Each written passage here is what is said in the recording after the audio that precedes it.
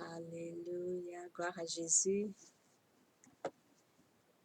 gloire à Dieu, mon frère, ma sœur, là où tu te trouves aujourd'hui, que Dieu te bénisse. Bonjour, bon après-midi, bonsoir, que Dieu puisse te faire du bien, amen, que le Seigneur puisse te visiter, je m'excuse, et que la main de l'Éternel puisse être sur toi, amen. Que Dieu, là où tu te trouves, en tout cas, que sa main puissante puisse être sur toi, que sa main puissante puisse être sur ta famille et que le Seigneur puisse se souvenir de toi. Amen. Si tu n'as pas encore donné ta vie à Christ, c'est une invitation que je te donne aujourd'hui encore de donner ta vie à Christ. La Bible dit, Jean 3,16 dans la Bible, car Dieu a tant aimé le monde qu'il a donné son Fils unique, afin que quiconque croit en lui ne périsse point, mais ait la vie éternelle. Amen. Que le Seigneur vous bénisse, et ambassadeur Lembe. Soyez les bienvenus. Amen. Et donc, je voudrais parler aujourd'hui du baptême du Saint-Esprit et du parler en langue. Amen. Donc, je voudrais chanter Alléluia pour que nous puissions commencer ce moment dans la présence de Dieu pour aller un peu dans les Écritures, pour comprendre la pensée de Dieu quand il s'agit du baptême du Saint-Esprit et du parler en langue. Jésus le roi des rois, oh, Alléluia. Jésus le roi des rois, le Seigneur des seigneurs, Jésus est le Tout-Puissant. Alléluia. Jésus le roi des rois, le Seigneur des seigneurs. Oh mon Dieu, tu es bon. Oh mon Dieu, tu es bon. Oh mon Dieu, tu es bon. Tu es bon pour moi, tu es bon. Jésus-Christ, tu es bon. Le roi des rois, tu es bon. Le prince de paix, tu es bon. Tu es bon pour moi, tu es bon. Alléluia, béni soit ton nom. Merci parce que tu es bon pour nous. Yahweh, ô éternel des armées, merci pour ton nom précieux, ton nom glorieux, ton nom puissant dans nos vies éternelles, Dieu de gloire. Merci pour ce temps, Yahweh, que tu nous donnes encore d'écouter la parole de Dieu, de lire dans les Écritures ta pensée, éternel Dieu de gloire. Dans ton amour infini, Seigneur Dieu Tout-Puissant, Yahweh, tu nous amènes, alléluia, à nous rapprocher de toi, un pas après un autre, Éternel, pour acquérir de ta sagesse. Je prie pour mon frère, pour ma sœur. Yahweh, je prie ta main puissante, Yahweh, Dieu de gloire, dans sa vie, au nom puissant de Jésus-Christ, dans sa maison, dans sa famille, dans la vie de son mari, de sa femme, de ses enfants, dans ses entreprises, dans son travail. Éternel, ô Dieu de gloire, Papa, que tu étendes ta main puissante sur eux au nom de Jésus-Christ. Je prie, Seigneur, que tu te révèles à eux, Seigneur, quand il s'agit du baptême du Saint-Esprit, du parler en langue, et que si mon frère ne parle pas en langue, mais qu'il a déjà reçu Christ, si ma sœur ne parle pas en langue et qu'elle a déjà reçu Christ, Yahweh, oh Dieu, parle, Éternel des armées, à leur cœur, ouvre les yeux de leur cœur pour qu'ils puissent comprendre les Écritures, pour qu'ils puissent entrer dans cette nouvelle dimension, ô Dieu de gloire. Alléluia. Au nom puissant de Jésus, merci pour le sang de Christ. Merci, ô Dieu de gloire, pour le Saint-Esprit de Dieu qui a ressuscité Christ d'entre les morts. Notre inspiration soit glorifiée éternelle. Amen.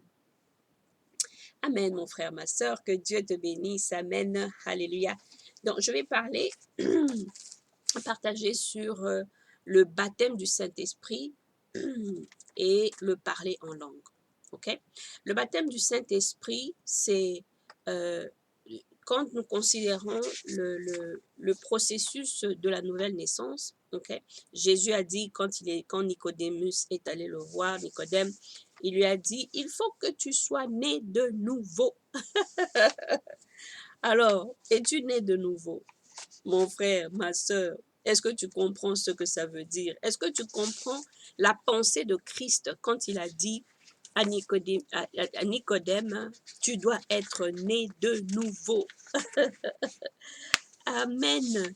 Jésus avait un langage codé, non pas seulement par ce qu'il disait, mais aussi par la profondeur de ce qu'il était en train de dire. Et c'est seulement par le Saint-Esprit de Dieu que nous comprenons ces choses. Alors, quand nous comprenons quand nous regardons par exemple le baptême, quand tu as donné ta vie à Christ, tu as demandé pardon à Dieu pour tes péchés et tu as demandé à Jésus de prendre la place dans ton cœur. Amen. Et donc, il y a le baptême de l'eau, l'immersion. Le baptême de l'eau, c'est l'immersion. Parce que selon la définition du mot baptême, baptizo, je pense que c'est ça, et ça veut dire, en grec, ça veut dire immersion. Donc, si tu as eu le baptême où on a mis un peu d'eau comme ça sur ton front, c'est pas le baptême. Amen. Ce n'est pas le baptême, alléluia. Parce que la Bible parle du baptême, si tu veux lire dans 1 Corinthiens 12, 13, dans euh, euh, Éphésiens 1, 13 et Jean 20, 22. Donc, dans le baptême, dans le corps de Christ, et puis le baptême par immersion, donc, si tu veux lire dans le livre de Matthieu 28, 19, et aussi, c'est là où Jésus dit, allez, je vous envoie donc d'aller, de faire des disciples, les baptiser. Amen. Et puis, après ce baptême-là, il y a le baptême du Saint-Esprit. Et donc, ça, tu peux lire dans le livre de Jean 1, 33, dans Matthieu, chapitre 3, verset 11, dans Marc, le chapitre 1, verset 8, dans Luc, chapitre 3, verset 16, et dans Actes des Apôtres, le chapitre 1, verset 4 à 8. Amen. Donc ça, c'est pour le baptême du Saint-Esprit. Et le baptême du Saint-Esprit, c'est nécessaire pour notre croissance, c'est nécessaire pour notre marche avec le Seigneur, c'est nécessaire pour avoir la puissance, la puissance.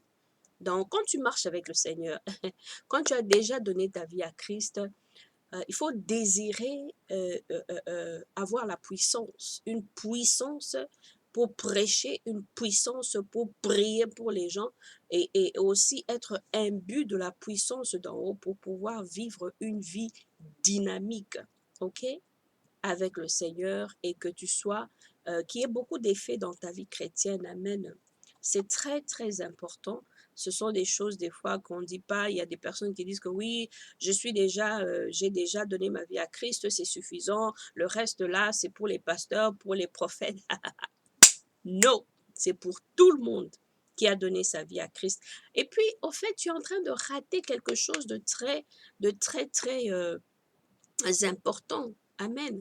Pourquoi ne pas recevoir tous les dons que Dieu donne, tous les dons que Dieu met à notre disposition? Pourquoi ne pas en profiter ici sur la terre? Parce qu'au ciel, tu n'en auras pas besoin. Tu n'auras pas besoin de tous ces dons-là. Tu en as besoin ici sur la terre. Amen, amen. Alléluia. Donc, le baptême du Saint-Esprit est nécessaire. Et donc, brièvement, je voudrais juste souligner un peu comment recevoir le baptême du Saint-Esprit. OK. Et puis, comment on reçoit le baptême du Saint-Esprit? Alléluia. Merci Jésus, merci Seigneur. Rababa shinda rababa. Oratabashiti bababa. Alléluia. Que le nom de l'Éternel soit béni. Que le nom de Dieu soit glorifié. Que le nom du Seigneur soit exalté au nom puissant de Jésus-Christ. Alléluia. Nous bénissons le Seigneur parce que le Seigneur est bon. Nous bénissons notre Dieu parce qu'il n'y a point de Dieu comme lui. Alléluia. Merci Seigneur. Merci Seigneur. Merci Seigneur. Merci Seigneur. Rabaraba shandarababa. Oh kabaraba shandarababa. Ye kabarabarobo shetirababa. Oh rabababa shetikabaye. Donc voilà, pour le parler en langue, pour qu'une personne puisse arriver à parler en langue, il y a 5 points au fait à retenir. D'abord, il faut croire en Jésus-Christ. Il faut avoir la faim et soif du Saint-Esprit. Il faut être rempli du Saint-Esprit. Il faut avoir la foi et il faut mettre sa foi en action. C'est-à-dire, quand tu pries, quand tu as passé ces étapes, tu pries, ok, et tu remercies le Seigneur. Et le Seigneur qui voit ton cœur, le Seigneur qui voit la disposition de ton cœur, Jésus te fait le baptême du Saint-Esprit. Amen, amen, amen. Ce sont des choses qu'il faut croire. Il faut seulement croire. Beaucoup de choses de Dieu, il faut seulement croire. Parce que des fois, c'est nous les hommes, des fois, nous manquons en fait des fois, ou bien les mots, ou bien les émotions exactes pour faire comprendre à quelqu'un ce que ça veut dire. Parce que Jésus a dit, crois en moi et crois en celui qui m'a envoyé. Amen, amen. Et ça va t'amener très loin dans ta marche avec le Seigneur. Amen. Donc, le baptême du Saint-Esprit, amen, c'est une promesse que Jésus a donnée aux disciples. Il leur a dit que je vous enverrai un autre consolateur. Donc, le Saint-Esprit, c'est notre consolateur.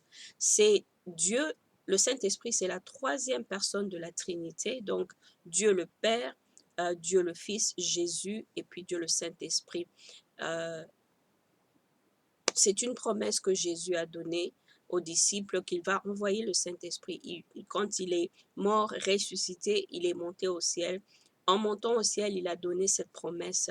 Et même avant ça, il leur a donné la promesse que le Saint-Esprit viendrait. Ok?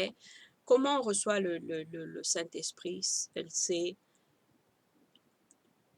croire à la promesse de Jésus, croire au nom de Christ par la prière, l'imposition des mains, un pasteur qui impose les mains sur vous pour recevoir le Saint-Esprit. Et puis aussi, on reçoit la sagesse. C'est une sagesse puissante de Dieu qui vient tomber sur nous. Amen. Parce que le parler en langue, c'est un langage codé. C'est un langage symbolique et codé. Et c'est un langage que l'ennemi ne comprend pas. Donc Dieu, dans son amour, alléluia, dans son amour infini, il nous donne cette langue, une nouvelle langue qu'on peut communiquer avec lui, mais que l'ennemi ne peut pas comprendre cette langue-là. Alors pourquoi ne pas vouloir, alléluia, être baptisé du Saint-Esprit et parler en langue? Pourquoi pas? Pourquoi pas? Pourquoi pas? C'est ça que je ne comprends pas des fois, beaucoup de chrétiens. Ils ont tellement des explications de pourquoi, voilà, certaines personnes, voilà ce qu'ils disent. Je ne peux pas parler en langue parce que je ne comprends pas ce que je suis en train de dire. Il y en a, ah oui, parce que ce sont des bêtises, j'y crois pas, c'est pour les pentecôtistes qu'on dit, les doctrines des pentecôtistes, des charismatiques, tout ça, et donc bon, moi j'ai pas besoin de ça. Il y en a qui disent le parler en langue c'est démoniaque et c'est satanique. Il y en a qui, juste par ignorance, parce que on ne lit pas les Écritures. Ah, il y en a qui refusent de parler en langue parce qu'ils ne sont pas convaincus. C'est comme s'ils veulent que Dieu descende dans leur maison pour leur dire, hey, tu dois parler en langue.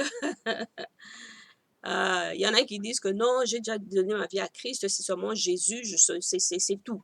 j'ai pas besoin d'autre chose. Tout ça, c'est par ignorance que les gens agissent de cette façon. C'est par ignorance que les gens disent de ces choses. Parce que la Bible nous dit quelque chose de différent. Amen. Le parler en langue nous permet, quand tu as donné ta vie à Christ, ok,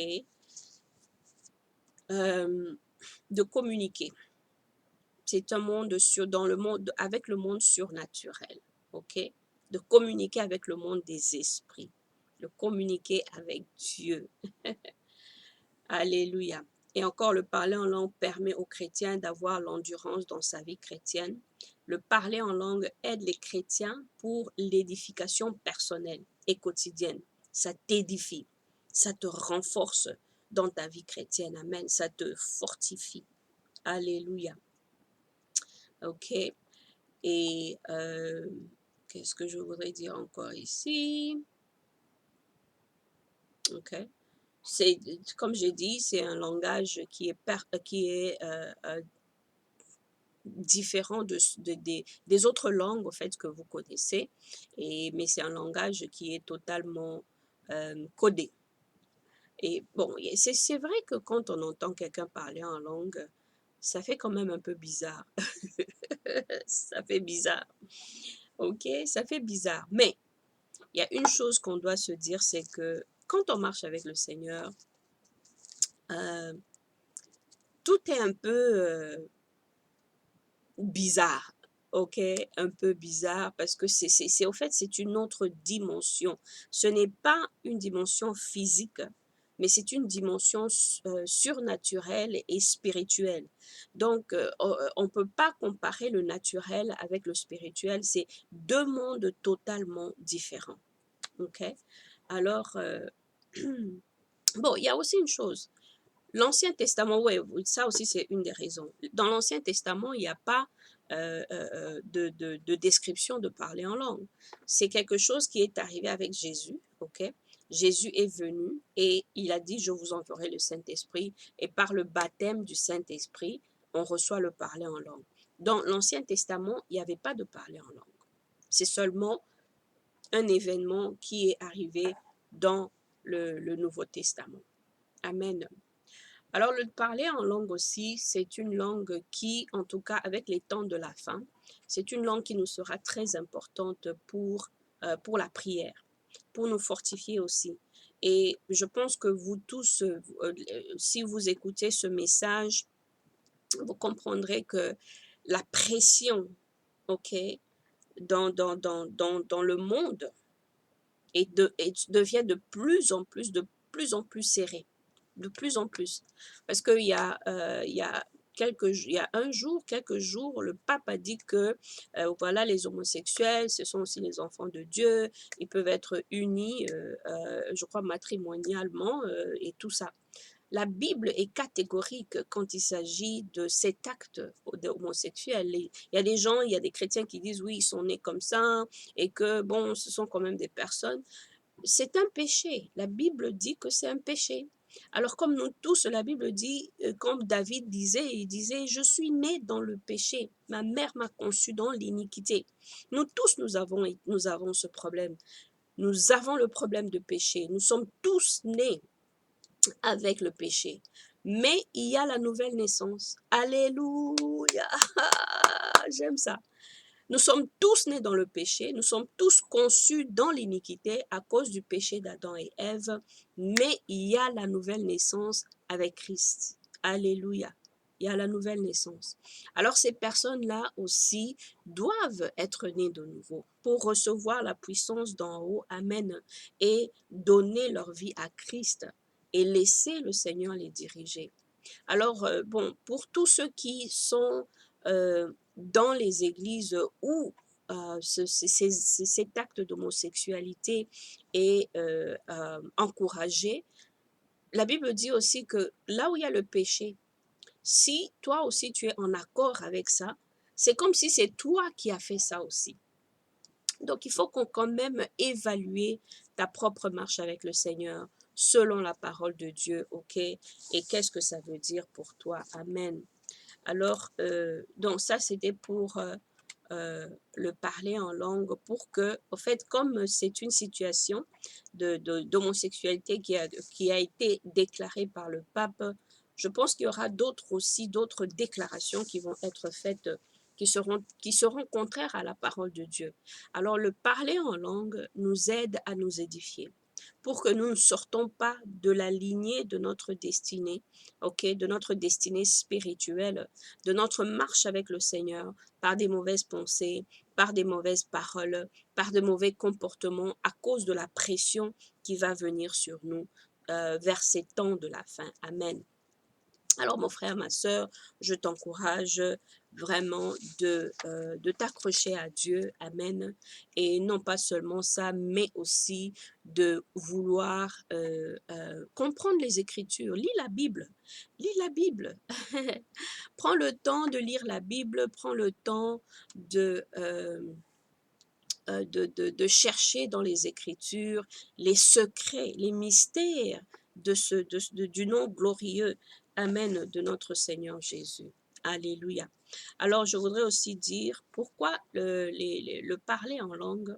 Alléluia.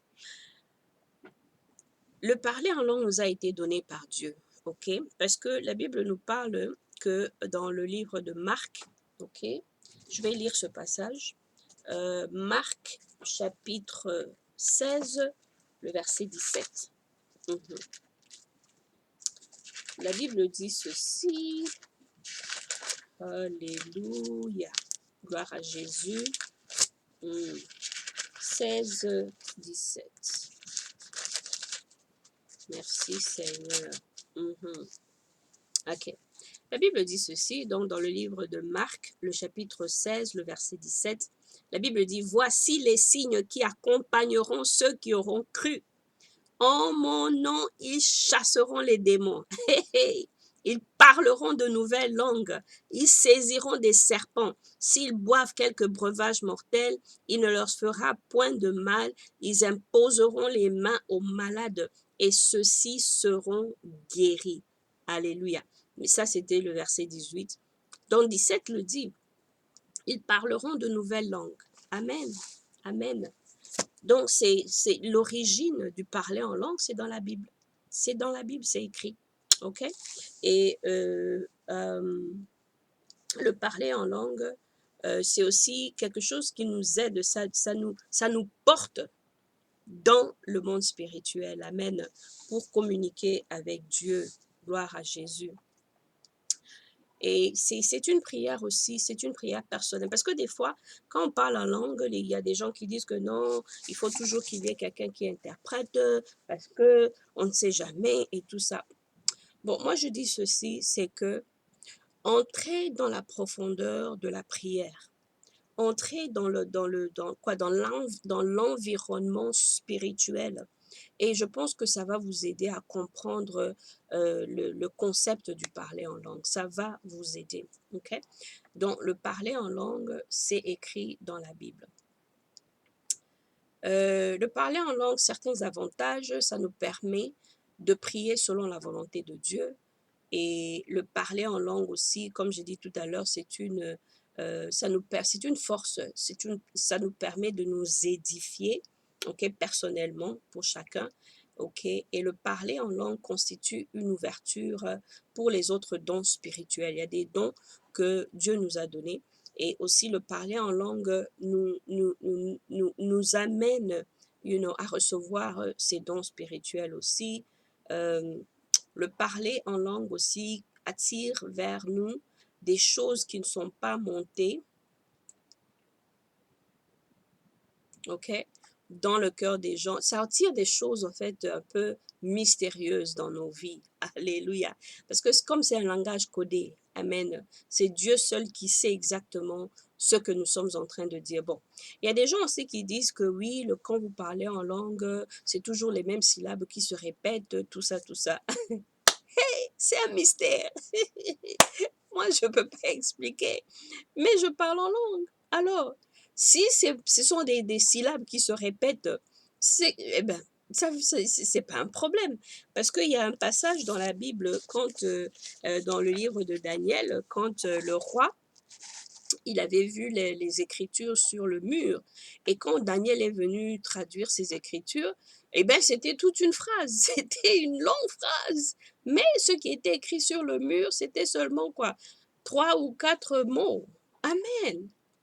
Entrez dans le domaine spirituel. Alléluia. Mon frère, ma sœur, entre dans la dimension surnaturelle de la marche avec le Seigneur. Ça va t'aider. Ça va changer ta façon de voir les choses. Ça va, il y a toujours un déclic différent quand tu entres dans ce domaine-là.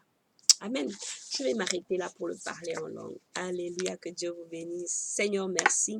Merci, Éternel des armées, pour ta parole qui nous fait du bien, ta parole qui est vérité. Merci, Seigneur, parce que c'est toi, Yahweh, qui veut que